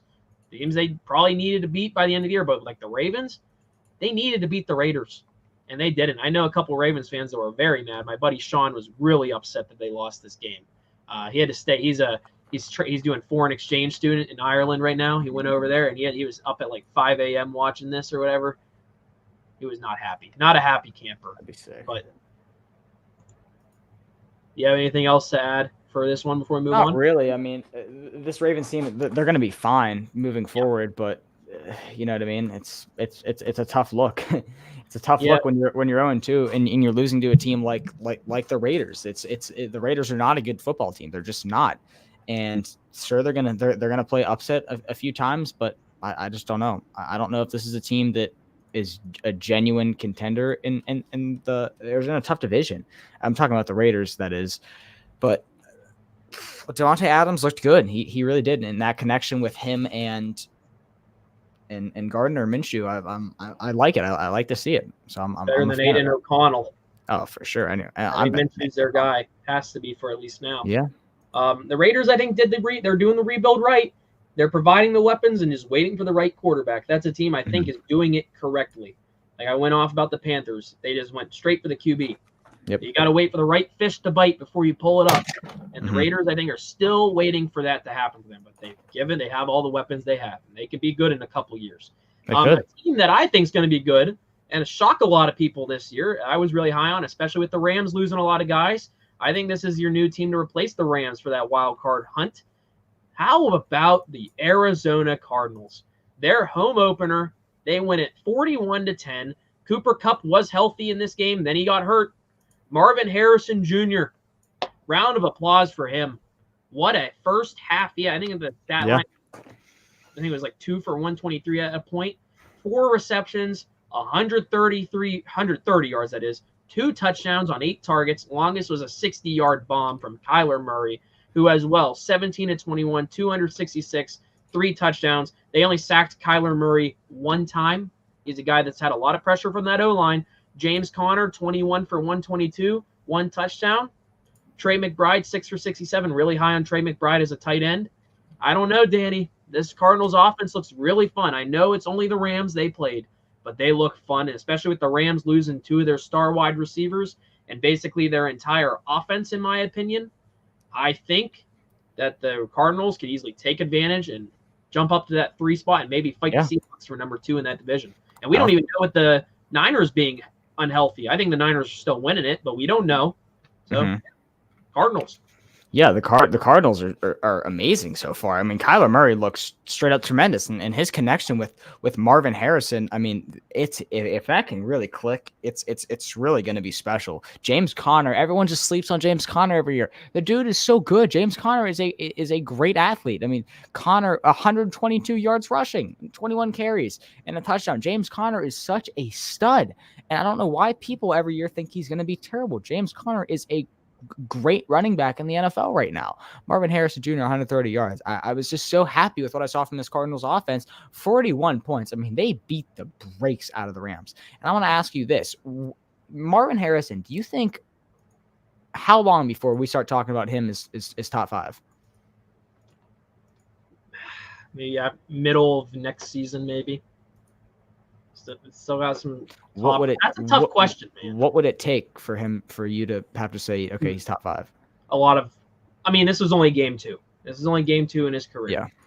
I want to see this a lot more every week. You still got Devontae Adams. You still got Justin Jefferson. You still got a lot of top wide receivers in this league everywhere. Cooper Kupp, Puka Nacua when he's healthy. But you need to make sure that Marvin Harrison can keep it going. This Cardinals offense, this is the final thing I'll say about them before we probably got to move on in a bit. But if they're high octane like this, getting like their running backs 100 yards, a couple receivers 100 yards, Kyler Murray's looking like a Kyler Murray maybe just now entering his prime, the way he's been looking these past couple games, and especially the end of last year or whatever. Cardinals could be dangerous. They really could. And upset alert every week for them. Now I think we got to touch on this. You look at the Rams. Are you scared if you're a Rams fan? Are you done? Is your season over? Are you calling it quits right now? Are you calling it quits if you're a Rams fan? Is it done? Is your season over? You're no more Puka, and now I don't know. You don't have Cooper Kupp for a long time. It's going to be a Tyler Johnson show, which I mean we've known very well. Matthew Stafford can turn a incompetent receiver into a stud. So I think if Tyler Johnson just knows how to catch a football, they'll be all right. But are they? Where do you have them in this division falling now that they've lost their 2 best players? So I'll say this very quickly because we got a bunch of other games we have to talk about in a little bit of time. Yeah. The Rams I had as number 2. I think it just depends on if the Cardinals can stay hot, if the Seahawks can stay hot. Because you said the Rams, they still got Matthew Stafford. He can work some magic. He was able to work magic with those Lions squads without Calvin Johnson. He was able to make things work. I think the Rams, the way if it's trajecting, maybe fighting for that 3rd place spot with the Cardinals. I had a little bit of a hot take. I think I said it the first episode or whatever. I think each of these teams can be fighting for a wild card spot. The Seahawks, Cardinals, and Rams. I think this division is going to be the AFC North of the West of the NFC this year, in my opinion. But yeah, I guess the Rams, if injuries go as people are trajectorying them, and Stafford doesn't play up to par with what he has, maybe Kyren Williams gets hurt, maybe somewhere in there. Which the way the Rams season's been going, it wouldn't shock me. I don't want to wish it on them, but the way it's been going, if Kyren Williams, if they lose him for a little bit, or if he can't perform, they might be in trouble. I don't think they're going to be one of the worst teams in the league, but the Rams are always going to fight. And, yeah, they fought with the Lions last week. So, yeah. Still, I mean, they had Cooper Kupp in that game, but, yeah. They did. Moving on, trying to find it. I guess I do want to talk about this one really quick because it happened Sunday Night Football. Texans Bears. I know Caleb Williams is a big hot topic, and I had this stat pulled up. I screenshotted it because I think it's a very interesting one. This is only game 2 from Caleb Williams, and I know there's a lot of people that want to hate on him. I'm not really as high on him as a lot of people. I know you're not high on him. This is an interesting one. He was sacked 7 times. The Bears' O-line was completely destroyed. Whoa. Destroyed. 7 times, but most of those are his fault. He was. I'd say 4 of those sacks are him trying to escape the pocket and make something out of nothing instead of just throwing the ball away or trying to find an open receiver. He wants to make throws 40 yards down the field. And this is an interesting thing I saw. So this is according to the next gen stats in the NFL. Houston blitzed Caleb Williams on 41.7% of his dropbacks, the highest number since D'Amico Ryans has become their head coach. And he said the rookie did not fare well against any of those pressure packages, and Williams only completed 3 of his 12 attempts when blitzed and threw an interception while being sacked in 5 different times. The Texans' scheme against Caleb Williams, a rookie, they shook him up. He looked very nervous, and he threw that first pick. He didn't turn over the ball in game 1. He had 2 on Sunday night. I keep thinking last night. There was another game we'll get to in a second. He looked shaken up. He really did after that first pick. And I was curious how he's going to make it happen. He threw another one. He was rushing plays. He's showing the early signs of what you would expect out of a rookie QB. They're going to be wanting to make things happen. And I know you're saying bust already. You're not a big Caleb Williams guy. I'm not really a big Caleb Williams guy either. I think he's really, when he was picked by the Bears, a lot of fans saw him as the savior of the franchise. They gave up on Justin Fields. A lot of Bears fans didn't want them to get rid of Justin Fields. I still see that to this day. They gave Caleb Williams the weapons. The Bears did like I said earlier, the thing about rebuilds, you provide the weapons first until you think you have the quarterback that you can get. And the Bears waited to get all the weapons, and then they got that QB. They had the first overall pick. They fleeced the Panthers for that first overall pick a year ago. They turned Bryce Young into Caleb Williams in that pick and a couple other guys in picks. That is still yet to happen, which is pretty funny. Caleb Williams can still be that guy, I think. He can still thrive with this Bears offense, but they need to fix some things. He's clearly looking like he's struggling right now. Clearly is. 174, 23 of 37, 2 picks, no touchdowns. They're not finding the end zone much. So they need to make things work for the Chicago Bears to have success in this NFC North, especially with the Packers somehow winning with Malik Willis. That I was not expecting to happen. But yeah, Texans, Nico Collins looks like he's going to be a star wide receiver. And Tank Dell, poor Tank Dell, seen so many targets go down because Nico Collins seems to be the new number 1 for CJ Stroud, along with Stephon Diggs going in there. Joe Mixon, like you said, hurt.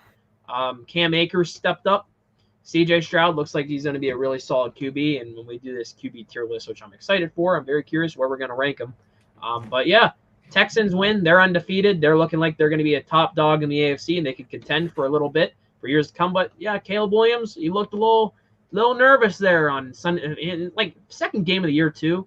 It was great. He's already in prime time. They already got him under the bright lights on Sunday Night Football. So that's my little take there. So yeah, I'll get into the Bears side after this, but very happy with what I saw from the Houston side. CJ Stroud is just such a stud. He made so many throws that are just magical. I mean, this guy I don't know if he's top 5 yet, but I think by the end of the season, we could really be talking about an MVP or a clear-cut top 5 quarterback. His ability to find his guys is great. He is what Caleb Williams wants to be. Roll out of the pocket, make the play that's not supposed to happen, find those broken plays. He does it so well. Nico Collins, 8 receptions for 135 yards. CJ Stroud was putting Nico Collins in position to make those plays all game. Stephon Diggs had a solid game. He's finding his guys so well, and this offense is just running amazing. And I know it was closer than it should have been. 19 points. I think they should have won by a lot more. But very happy with what I saw from the Texans standpoint. Now, I don't know. I don't know if you saw this clip or not from Caleb Williams. Did you see Caleb Williams the run he had? Did you see his run? Possibly. Let me pull it up here. I tuned in like the Yeah. So later Caleb half. Williams, I gotta take our thing down here. Caleb Williams, look at this run he had. I'm gonna pull it up on the screen.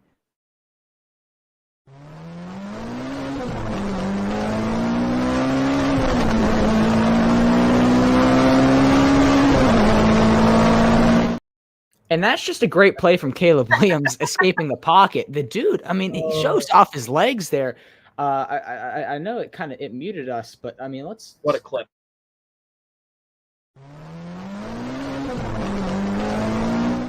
It's just a great play from Caleb Williams rushing down the sideline. He sucks. Caleb Williams sucks. Okay, this dude's a bust. I've had it. He tries to make plays when he shouldn't. Can't figure it out. His leading receiver DJ Moore. When you're leading receiver, Something happened with your mic. Uh-oh. Do you hear me now? There we go. There we go. All right. Yeah. He tries to make plays. Caleb Williams does. I don't, was I muted that whole time? No, you were just starting to fade out after that clip went off. Caleb Williams sucks. Flat out, he sucks. And he just tries to make plays that he shouldn't be making. He tries to be a quarterback that he's not. Caleb Williams, if he was a pocket passer, the dude would be solid. He'd be a stud. He tries to roll out of the pocket and he falls down, puts one hand on the ground, tries to get up, roll out, spin move, and then throw the ball downfield. Dude, just naturally do that. You look at guys like CJ Stroud, they don't escape that pocket until they have to. Caleb Williams buddy, this is not the Pac-12 after dark anymore, right? These offensive linemen can catch you when you run out of the pocket. They are just as fast, if not faster than you. Your defensive linemen, they will get you before you get to the line of scrimmage. This is not the Pac-12 anymore, Caleb Williams. You're in the NFL, and you're a bust. Yeah. So we have a couple more games left. We still have winners and losers. I have to be done by 6. So I want to try to be as quick as possible with these games. I saved them for last for a reason. They stuck out to me.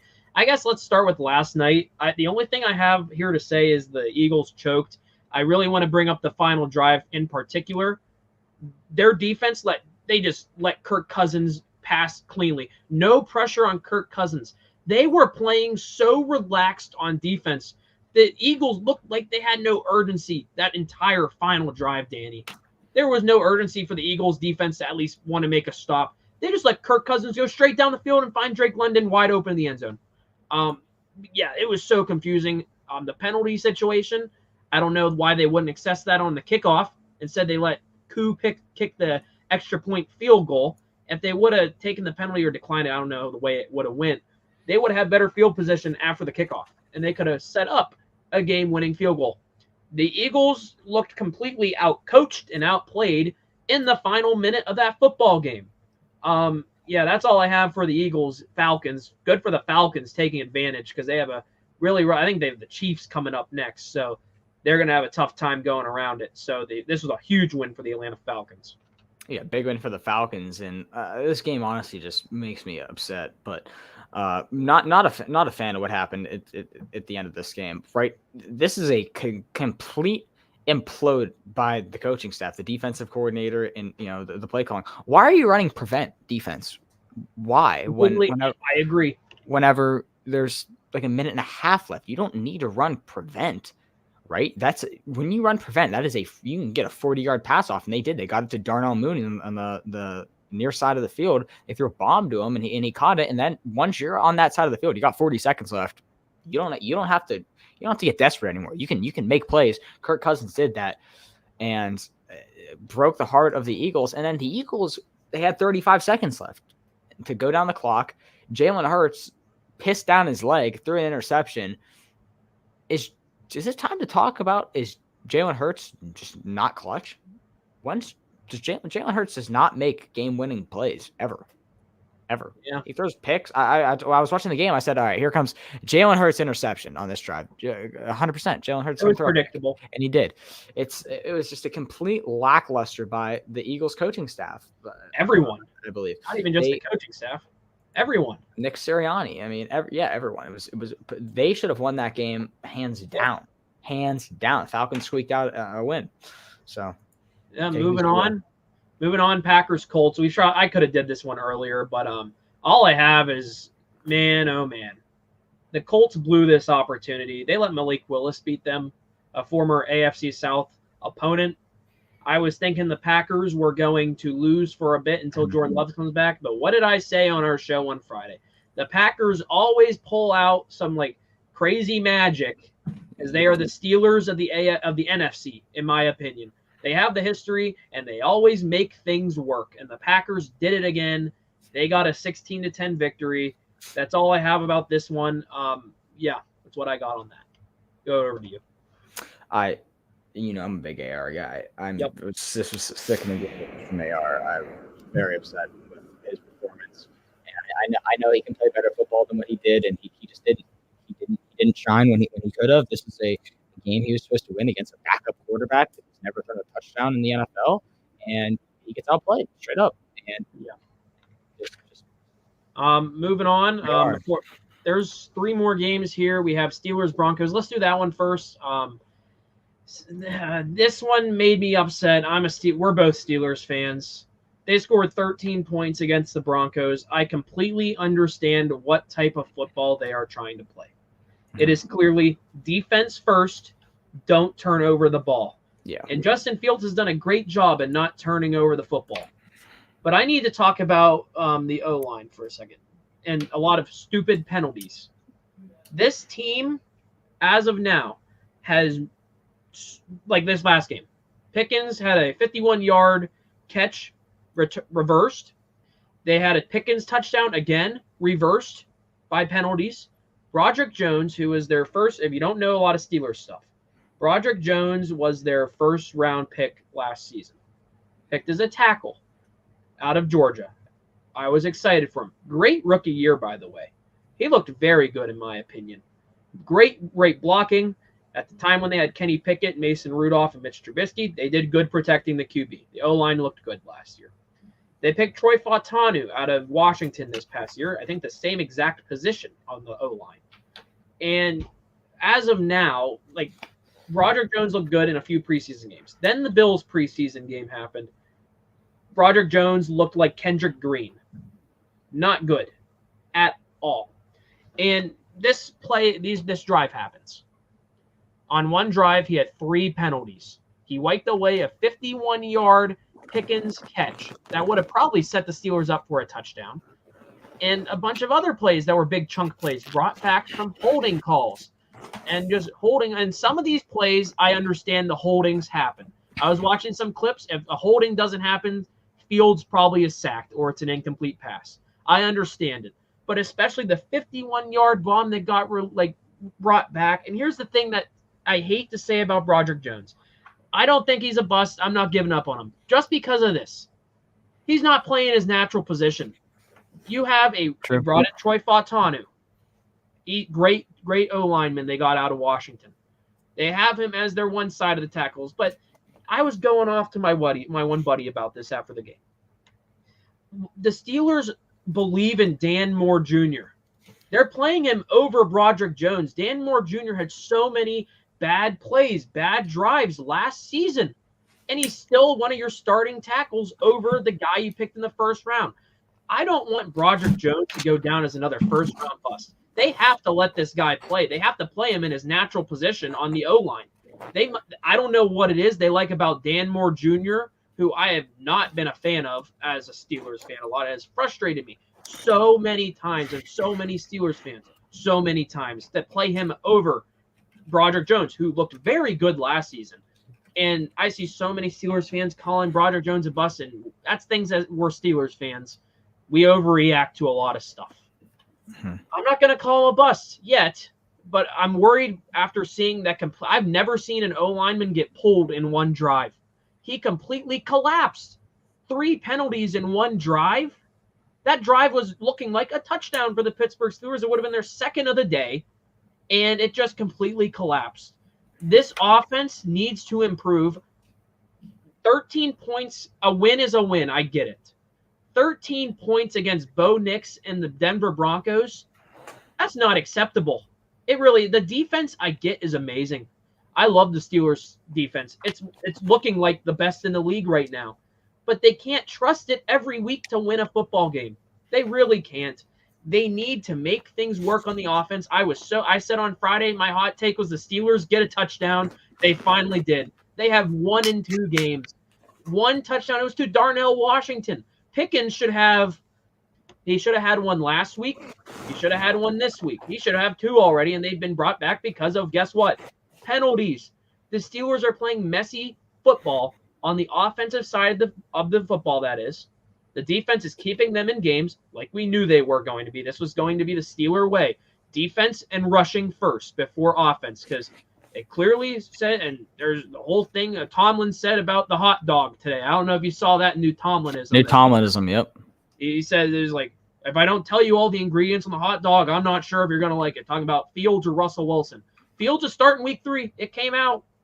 If Russell Wilson's healthy, I think they're going to go straight to Russell Wilson because that's, I think, what they want to see what they get out of him. But what worries me about the Steelers, I'm sorry I yapped so long, is I do not want Broderick Jones to go on the ever-long list of first-round busts. We've had Kenny Pickett, Terrell Edmonds, who just came back. Devin Bush. Devin Bush is in there. So many. They just can't draft a first-rounder to save their lives these last few years. And this was the second year. Well, yeah, this was the second year of Omar Khan, and he's drafted 2 straight O-linemen. And I'm not going to hate Omar Khan in the draft, but the first round, based off last year right now, I'm not calling it a bust. I'm not going to overreact like a lot of Steelers fans have, but it has to be better. They need to play Broderick Jones on his proper side of the field. And for how mad I sound, it should sound like the Steelers lost. They only won 13-6. That's why I'm frustrated. 13 points against the Denver Broncos cannot happen. Yeah, Denver Broncos are just so pathetic. It was kind of a surefire. You know, watching this game, knowing our defense, there's just no way they were going to be able to score any points on us. And yeah, this is a game you got to chalk it up. You're playing with your backup quarterback at the end of the day. You know, people still kind of forget that Justin Fields is not our starting quarterback. He is the backup quarterback.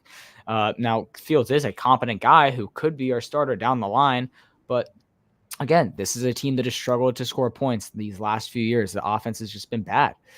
They got to figure it out. I think you've got to make a deal. You've got to make a deal. George Pickens can't be your only receiver. He just can't be. They need a receiver bad. Broderick Jones made a few silly mistakes, and he took some points off the board for the Steelers for sure.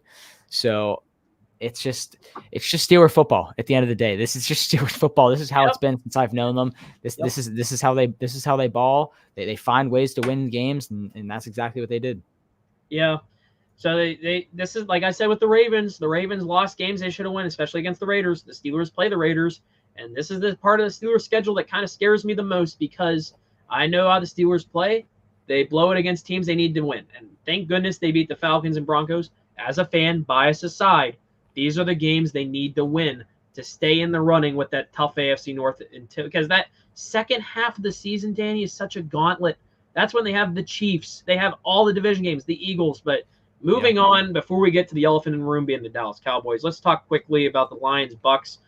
Lions lose to the Buccaneers. Baker Mayfield, man, does it again. Buccaneers get their rematch from the playoffs last year, the divisional round, and they do it. Bucks are 2-0. They look good. They look damn good too. And I mean, this is a Lions team. It's not a joke. I'm sick of people sleeping on Mike Evans, man. I'm sick of it. This wide receiver core for Tampa Bay is so elite. Chris Godwin and Mike Evans are the best wide receiver core in the NFL throughout the first 2 weeks. Not Chris Evans. Oh my God. Mike Evans. Chris Godwin. Chris Godwin and Mike Evans have been the best wide receiver core in the NFL for these first 2 weeks. Chris Godwin has been the best receiver in the NFL these first 2 weeks. Clearly, he has been, and just very happy with this Bucs team and how they've been able to do it. When Baker Mayfield is at his best when his back's against the wall. I love to see it. So I love seeing Baker succeed. I like to see the Lions succeed as well. I kind of want the Lions to win this game, but I will never root against Baker Mayfield. I love that man. I love Baker Mayfield. And I'll just say this before we move on. I'm not panicking if I'm a Lions fan. It's a loss. It's going to happen. This was a great game. And moving on to the game, I think I purposely saved for last. I'm pretty sure we got them all. Saints, Cowboys. I was very low on the New Orleans Saints. I had them third in the NFC South and was going to be bad. They went into Dallas and won 44-19. This is the first game back in Dallas since the Cowboys were blown out in the playoffs by the Green Bay Packers and Jordan Love. And they let Derek Carr, who is somehow back to his yearly or bi-yearly NFL MVP candidate for a few weeks type of moment, carve them up. I think they scored on every drive except for one. I think, let me pull up the play-by-play looking at the box score here. First drive touchdown, second drive touchdown, third drive touchdown, fourth a touchdown, fifth a touchdown. They're winning 35-13 by the end of the first quarter. Moving on to the second quarter. First drive, touchdown. Then they had an interception. Then a punt. That was their first punt on the third drive of the second quarter. Then field goal. That was all their drives. They did amazing, Danny. This Saints offense is so much better than I thought it was going to be. Derek Carr, Rashid Shaheed, a guy that I didn't even know was really in the NFL, and you can call me a casual for that because I don't know the Saints roster by heart. I do now. 4 for 96, 4 for 4 on targets. He caught a 70-yard bomb from Derek Carr, who's looking like prime Raiders Derek Carr. Derek Carr was only 11 for 16, 243 yards, 2 touchdowns, and a pick that probably shouldn't have happened. The Cowboys got away with that one. And I'll say this about the Cowboys. The offense didn't look bad. The defense lost them the game. And I guess the offense wasn't able to find the end zone as much as they have been. And Dak had 2 picks, but a lot of those were kind of he needed to throw the ball down the field to try to get them back into the game. Kind of those like garbage time interceptions, you could call it. I'm not blaming the offense for this. I'm blaming their defense. The defense that was amazing against the Cleveland Browns disappeared against the New Orleans Saints. And I think the Cowboys are very lucky that the Eagles lost this week because the Eagles could have taken a very early lead in this division. And this is the division that's going to be a dogfight between them and the Eagles. And I think the Cowboys are happy they got away with one. We got to see the yearly Cooper Rush appearance, I guess, with the Cowboys. So, yeah, Dallas, I'm not panicking, but they got absolutely destroyed. And I see why people like to hate on Dak Prescott and not believe in him. He wasn't the issue this game. He almost had 300 passing yards. It was the defense. Picks. But still, it has to be better. It does have to be better. I mean, you could let Alvin Kamara have. Oh my gosh! Didn't even talk about him. 115 yards and 3 touchdowns. Kamara went off. Kamara was the MVP of this game for the Saints, and yeah, everything's clicking in New Orleans, and I'm a fan of it. I said the Saints were going to finish in second place, behind Tampa Bay, and I don't know. That's looking pretty good right now. They could finish first. The Saints look really good. The Cowboys their offense still looks fine. CeeDee Lamb just 100, almost had 100 yards, 90 yards on 4 catches. The Cowboys are just fine. I'm not stressing about the Cowboys yet. I think this is more of the Saints are good, then the Cowboys are bad. So props to the Saints. Yeah, I think looking at the Saints very quick, their upcoming next 3 games, actually 4 games, I'll say. I think this is where we're going to see if they're for real or not, if they can compete with these guys. Home against the Eagles, away in Atlanta, their first divisional game, away at the Chiefs, home against the Bucks. Nice little 4-game stretch to test their real because they played the Panthers, who are bad, but then they destroyed the Cowboys. And they've already scored over 90 points this season. They look like they're going to be a threat on the offensive side of the ball. But that was a lot of rambling. We did it. We went through all the games, and it's time for our weekly, and it took longer than we probably should have. Longest episode yet. I'm fine with it. We need to, I guess, let's go to the weekly winners and losers. Right. I have 5 winners, 5 losers, couple honorary mentions. Do you want to go first this time, or? Yeah, I'll go for Jimmy to do all my winners first and all my losers first, or? Let's go winners, and then we'll do losers second. Okay. First winner, Green Bay Packers. Should have lost this game. In my opinion, Jordan Love is going to be out 6 weeks. You needed to win 1. You needed literally to win 1 or 2 of these games. That's all you needed to do, and you'd be just fine with Jordan Love coming back, and you did that. And you won a game I didn't think you were going to win against the Colts, against Anthony Richardson, who I'm so high on. And this is a big win for the Packers, a really big win that's going to help them later down the line. This is a huge win for the Packers this week. Second winner, Malik Neighbors. Dude was a stud this week. He had more targets than he had 10 less targets than Daniel Jones had passing attempts. So it was Daniel Jones just saying, screw it, Neighbors down there somewhere. Third winner, Kirk Cousins. Anytime Kirk Cousins wins in prime time, it's a win for Kirk Cousins. So I'm happy for Kirk Cousins. Crazy game, but good for Kirk.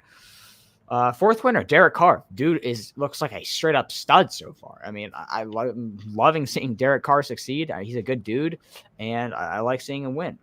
My last winner, I'm gonna go Alvin Kamara. The dude had the best week out of anyone, and he went off. I mean, I guess you could say James Cook as well was a big winner, but I'm gonna give it to Alvin Kamara because everyone writes Kamara off every year. Says, okay, this year he's finally gonna be washed. Kamara is such a stud, and yeah. I try to go quick because kind of running low on time here, but yeah, those are my rapid fire winners of the week. Yeah, my rapid fire winners, I kind of have a couple of the same ones, kind of along the same lines as the New Orleans Saints. I have two parts of them. Number one's the Saints in general, dominant win over the Dallas Cowboys in Dallas. They have 91 points in 2 games. The defense looks good. The Cowboys defense had 0 answers for the Saints offense.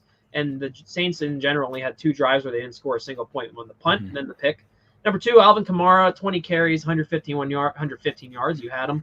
3 touchdowns and had a receiving touchdown as well, so 4 total. He was a beast in fantasy football. If you faced him like I did, you lost by the first games being done. And was a key piece, has been a key piece to this early season success we've seen for the New Orleans Saints. Number 3, J.K. Dobbins, yet again, does it again, 17 for 131. A touchdown, averaged 7.7 yards a carry, longest run 43 yards. The Chargers rushing offense completely rolling right now with him and Gus Edwards, but J.K. Dobbins is kind of stealing the show right now, getting a majority of the carries. Number 4, I went defensively. Aiden Hutchinson. They lost 4.5 total sacks in a loss against the Bucs. It was 5, but I think it was switched. The stat line I saw a post say 5 sacks, that is, but then I looked in the box score, he got 4.5. In my opinion, I've been preaching he's been a sneaky member of this decoy discussion. I think he has to be a sneaky member of it. 4.5 sacks. He's such a big piece of this Lions defense, and he's going to be there for a long time to come. He's a Michigan Wolverine. They're going to want to keep him forever. But yeah, that's my number 4. Number 5, Cardinals offense. We talked about it greatly. Their defense was great as well, but I'm just going to say the offense mainly. Kyler Murray looked amazing. 17 21, 266 touchdowns. Marvin Harrison with an amazing first half, especially finished with 4 for 130, 2 touchdowns. And then James Conner as well, 21 for 122 and a touchdown. And I'll say congrats to James Conner reaching 5,000 career rushing yards. Great stat for him. And a little funny honorary mentions, the Packers. I put Packers somehow did it, LOL. And then Austin Seibert, the Commanders kicker, he single-handedly beat the Giants with 7 field goals. So they won 21-18 because of that. My winners of the week. Let's go to losers. You want to start or you want to let me? I'll start here. Losers of the week. The biggest loser, the Rams, right? Cooper Kupp's now out. Puka's on the IR. It's going to be a long season without your 1-2 punch and without Stafford to, force feed these guys. So it's going to be a long season for the Rams and pretty I don't know. I'd be very worried if I was a Rams fan. Your season could be over before it kind of begun. Second biggest loser, Bryce Young. I think this dude's just a straight up loser as it is. But he sucks. He got benched, and you're getting benched as a sophomore as the number 1 overall pick. You're a loser. You might be the loser of the year so far. But Carson Steele. This is a weird one. Carson Steele is a loser. You know why? For about 4 hours, whenever they said Isaiah Pacheco's out, he's done. Carson Steele's like, oh my God, I'm going to be a starting running back in the NFL. Let's go. I'm undrafted. I'm going to be a starting running back. And then they signed Kareem Hunt. So Carson Steele is a loser because he will not be starting. It will be Kareem Hunt. They just signed him. So I feel bad for Carson Steele, loser of the week. Another loser of the week, Caleb Williams. Sucks. Terrible. Bust. You suck, Caleb Williams. Loser of the week. Will Levis is loser of the week. Again, he just sucked. He coughed up a fumble to lose that game, and his starting job could be in jeopardy here by the end of the year. I think that if Will Levis can't get it done, it might be Mason Rudolph time. So those are my losers of the week. Tried to do them as quick as I could, but yeah. Loser of the week. It's funny. I have a lot of the same ones. Sweet. I went for the Bears, though. I put their O-line. I went off on their O-line. I know Caleb Williams is a reason for a lot of those sacks, but you can't let your rookie QB in game 2 get hit that much as hard as he was getting hit. He got sacked a total of 7 times. I know he was running a bit, and they lost 40 yards on those sacks. But like I said, you can't let a year one QB in his second game, first primetime game, get hit that much. They got blitzed so much they just didn't have an answer for the Texans. Number 2, Bryce Young. Like you said, I put yikes. A game with a total of 84 passing yards. He has some receivers to throw to. I just don't know if he is doing half of the, I just don't know what he is doing half the time. That's exactly what I put. I just don't know what he is doing right now. Number 3, Sean Payton. I put onside kick ? You lost to the Steelers, but that play calling with that clock management was something else. Yeah. They could have got back in the game. I was wondering why they didn't do that onside kick. I get it. They ruined the chances of it getting returned to the team that's kicking it, but still, didn't even try. Gave the Steelers back the ball, and then Bo Nix only had 10 seconds to work with, I think, at the end to make a Hail Mary happen. Just couldn't do it. They could have came back. They lost the chance to. The Steelers gave them all the chances they could to get back in that game. They just got Sean Payton, like always. Number 4, like you said, I put the Rams injury report. They lost Cooper Kupp mid-game, unsure about the severity. If they lose Kupp after just losing Puka Nacua, this could be a very rough early season and knock them out of contention for a wild card spot. And number 5, just for fun, I put the New York Giants. I know Daniel Jones, I put exactly. Daniel Jones wasn't even bad this week. Malik Neighbors was solid as well, but you lost to nothing but field goals. You single-handedly lost to a kicker. And I should have said that about the Falcons last week for losing to the Steelers, only losing to a kicker. But the Giants are going to Giant. And I have 2 honorary mentions, then a funny one. I put the Ravens 0-2 start. You lost 2 games in the final moments. One to a toe tap by Isaiah Likely not being at, if his shoe size is smaller, they win against the Chiefs. And then you lost to the Vegas Raiders at home in your own stadium. Especially if you're a favorite in the AFC, you can't lose that game. And then I put the Steelers' second half offense. It's like Matt Canada returned. That's exactly what I put. They could do nothing. Dumb penalties, especially by Broderick Jones in the first. Probably could have won scoring 2 more touchdowns, but instead allowed Denver to make it close. And I put 1980s football won't work against the big dogs in this league. And then just for fun, I put a third one while you were talking. I typed this up. CMC fantasy owners, man. 4, he's out. They lost him week 1. They lost him this week, and now he's on the IR, man. First round pick, already hurt, and he's probably not going to play till week 6 or 7. So those are my losers of the week. We had a long episode this week. I guess we got to do a QB tier list on Friday. Yeah, I guess that's on the list. I'm down. So down. You and I also discussed something maybe in the works for Saturday nights. Yeah. A solo thing, or both of us. We don't know yet, but it has something to do with college football because we don't talk about it as much as I think we can because of NFL's the priority, but college football this year. Yeah. With the playoffs, we got to talk. We might do a Saturday night special, late night college football, see if it works out. But yeah. So yeah, QB tier list on Friday. Fun episode. We got a lot. Yeah. That was a long one. Good episode. Good times. Yeah. QB tier list, some other fun stuff we're gonna aim for Friday. But until then, it was a great episode, and thank you to everyone for tuning in, and we'll see you guys next time. Yep, see you next time.